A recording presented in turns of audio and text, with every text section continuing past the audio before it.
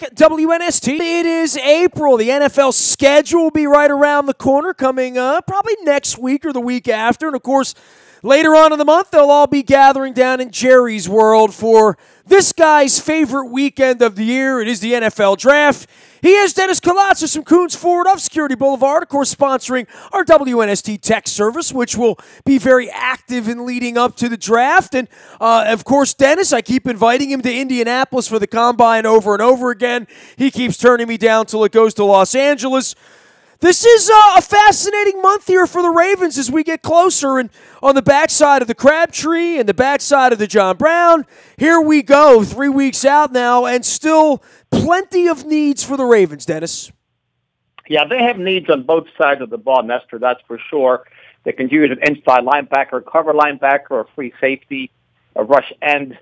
On the offensive side of the ball, lots of pieces still missing, right tackle, wide receiver for sure, tight end. When you think that the Ravens lost their three best receivers in the sense that Ben Watson got a one-year minimum deal with the Saints, Mike Wallace a one-year $2.5 million year deal with the Eagles, and also Jerry Maclin remains unsigned. So what does that say about the Ravens when their top three receivers from last year really signed for peanuts or have remained unsigned? It doesn't really bode well for the front office.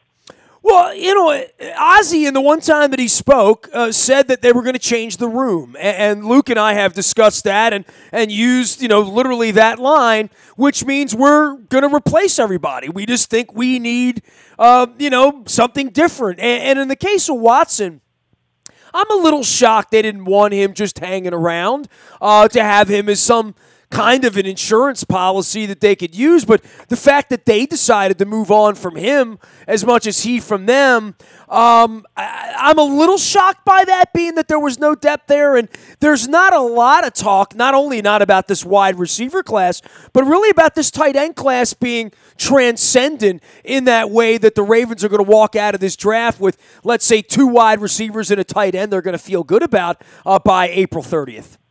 Yeah, I agree with you. I don't think there's many all-pros, wide receiver or tight end, although I do think there's some solid Pro Bowlers in there potentially. But again, we're using that word potential. Will it translate to the NFL level? I did see DJ Moore's pro day, the wide receiver from Maryland. He caught every single pass thrown in his direction. He had 0 drops, ran every route on the route tree. It was very, very impressive. And if he's there at 16, I can't see the Ravens passing on him just because of sheer need. They've got to come away with a wide receiver. Now, if he's not there, I really don't know what they do. Maybe they go best player available. I think that'll suit them well, particularly since they have so many holes to fill. Well, I mean, I think the opening now starts back onto the offensive line to think about with that 16th pick. If it's not going to be a Ridley, I don't know what direction they would go, but if they're going to stay on the offensive side, they're not going to have a wide receiver or a tight end in the mind's eye at that point. I would look to the offensive line and to the tackle position to say that's, if I'm betting 3 weeks out right now, I bet that's where their pick's going to be. Yeah, Mike McGlinchey from Notre Dame, if he's there at 16, he can play right tackle. When Ronnie Stanley was at Notre Dame, when Ronnie moved on, and then McGlinchey played left tackle, did a great job. He had a great pro day, did much better than the guards that they're projecting as a top 5 pick maybe. So he looked real good. I'd be just fine with Mike McGlinchey if he's a pick at number 16. It's not a sexy pick, but it's a necessary pick in order to keep Joe Flacco upright, give him some more time to find hopefully open receivers, but they could do much worse than this kid out of Notre Dame, and I think he will be there at 16. I've seen Colton Miller also mocked to them from UCLA. There's another guy that would be the right side of the line, and these losses of Asemele and Ricky Wagner and now Ryan Jensen. Look, we sit here, we beat Ozzie up, and they haven't made the playoffs 4 out of 5 years. And, I'll hear all that, but then these guys go and sign for tens of millions of dollars elsewhere. Replacing that, there's only so many Alex Lewis's and Nico Syragus's where you're going to put draft stock and your capital into the offensive line, only to see these guys go elsewhere. Going back to Ben Grubbs even, right? Yeah, but they can't make mistakes such as the Eugene Monroe signing. Dennis Pitta was a risky signing with the hip. The Ray Rice situation I never foresaw. Sharik Sharice Rice, the defensive back, was a bad signing as well. So when Mets falls back on the front office, when they make knee-jerk reactions, when they overvalue players, when they put dead money against the cap, that this allows them from being able to retain their prize free agents such as Rick Wagner and Caselli Assembly. So to me, that still falls on the front office. It does not fall on John Harbaugh and the coaching staff, although I do think that if they don't make the playoffs this year, John Harbaugh and his coaching staff will be replaced. And that's a shame because John Harbaugh deserves better, in my opinion. Calvin Ridley, where are you with him? We haven't discussed him probably in about 6 weeks since before the Combine. Yeah, I think that I have other receivers ahead of him. I'm worried about his frame. He's only about $180, $190 soaking wet. Yeah, I stood next to him. He was not, that rangy guy, No, he's not. He's not a spectacular athlete. He didn't test well at the Combine. He didn't have the measurables you'd like to see in a first-round wide receiver, Nestor. And to me, look, he may be a decent ball player. I think he may be average to good. I just don't think he'll be good to great. And the Ravens need good to great. They need day one starters. And just because maybe he could start on this team, that doesn't speak to his talent. It speaks more to their need at wide receiver. So I've got other wide receivers, DJ Moore, Michael Gallup, the kid from Colorado. I mean, there's 5 or 6 wide receivers I have ahead of Calvin Ridley. Alabama produces great defensive backs and a good wide receiver one here and there, but he's not one of them. Marlon Humphrey being a last year's selection. And yeah. No, you weren't hot and bothered about that pick. I don't think anybody was. I know I talked to Luke about this earlier this week, that O.J. Howard was sitting there, and now you start to look at the tight ends and say, well, maybe that's a weapon, maybe that's a spot, maybe this Gesicki, that they would just take a reach on him or trade back a little bit and try to get a guy like him or Hurst out of South Carolina. I don't know, but I know they had a guy available last year and didn't take a flyer on him, and I think we're all okay with Marlon Humphrey at this point, but we've talked so much about what they've done on the defensive side of the ball to strengthen that side and bolster that side. I think all eyes now are on the offense, for what they're going to do, and if it's not a wide receiver and if it's not Crabtree and John Brown and you don't feel like those guys are the answer, I don't know that, we're going to feel any better 30 days from now after the draft than we do now about what firepower this team's going to have on offense until September rolls around and we actually see it. Yeah, you start talking about a bunch of new pieces with this offense. That's for timing with the receivers and tight ends for Joe Flacco will be critical. And, again, there is still a learning curve no matter how good these rookies are, the transition from the college game to the pro game. You're going to have to take at least one wide receiver. I'm taking 2 in the first 4 rounds, plus a tight end. That's a lot of new moving pieces for this offense, and does it take until mid-year for all the parts to come together? They're going to have to this team has to rely heavily on the running game, at least on the early part of the season, while the offense gets their timing down, while Joe gets his timing down with the receivers. And so that's what I'm hopeful that they'll be able to get maybe the great right tackle. What I like about McGlinchey is that the fact he can play left tackle, that we've seen Ronnie Stanley go down with injury the last couple of seasons. So McGlinchey does have a good enough feet to play left tackle in the NFL, and that's why I like him because he gives you that positional flexibility along that offensive line and ensures you against some injuries during the season. As we know, Marshall Yanda can kick out to right tackle, and they can always plug and play one of these guards that they have. Well, I'm hoping the Marshall comes back, right? Like, we're all just assuming that that's an is because, like I said to Luke earlier this week, we've seen him with cattle prods before.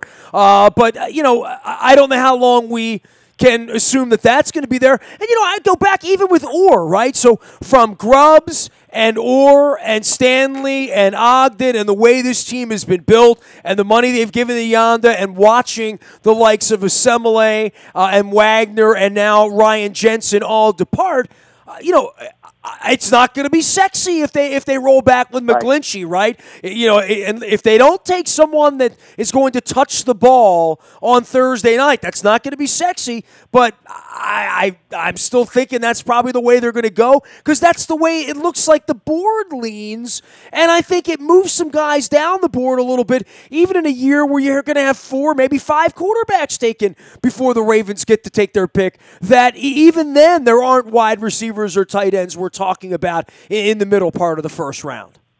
Well, there's a great segue opportunity, Nestor. You mentioned the word quarterback. I'd love to hear your thoughts, where you stand. If there is a quarterback that drops to them at 16. Do you mortgage your future, so to speak, by selecting a quarterback? Well, what's a quarterback that drops to 16? Baker Mayfield? I don't think he'll be there at 16. I think maybe Lamar Jackson's there, but then you got to create an entire offense to go along with him. I would not see the Ravens making that sort of a radical move unless they really believe Lamar Jackson is the answer and the secret and the key to lead them to the promised land when they have a $25 million quarterback. I think they have too many needs, and I think for Harbaugh, for Ozzie, for Bisciotti, none of these guys feel long-term, including the owner to me, that I don't think Steve will own the team 10 years from now. You know what I mean? Like, I get the feeling like every day they want to win, that it's important that they win with Flacco aging and Weddle and Suggs. This is very much much more so than any other year, and I'm starting to feel it, right? Having been around Harbaugh and feeling a little bit more tightness out of him and where the organization is with the empty seats and the PSL and Bisciotti having this run away from everybody press conference on 1:30 Super Bowl weekend. It feels to me like winning is not, the only thing, it's everything for these guys, because there might not be a next year for Harbaugh. There's already not going to be a next year for Ozzie. If Flacco were to go out there and really stink it up this year, this would be the end for him. I mean, if they stink this year and they're 5-11 or 4-12 and they can't get anything done, and Suggs looks 38 years old and Weddle looks fried and C.J. Mosley looks like a guy that's going to get a lot of money somewhere else, but maybe not here. I don't know, but this could pile up and be a mess this year if they're not careful. So I think they're all, in every way, Dennis, from what I can tell, real Joe Friday about this right now.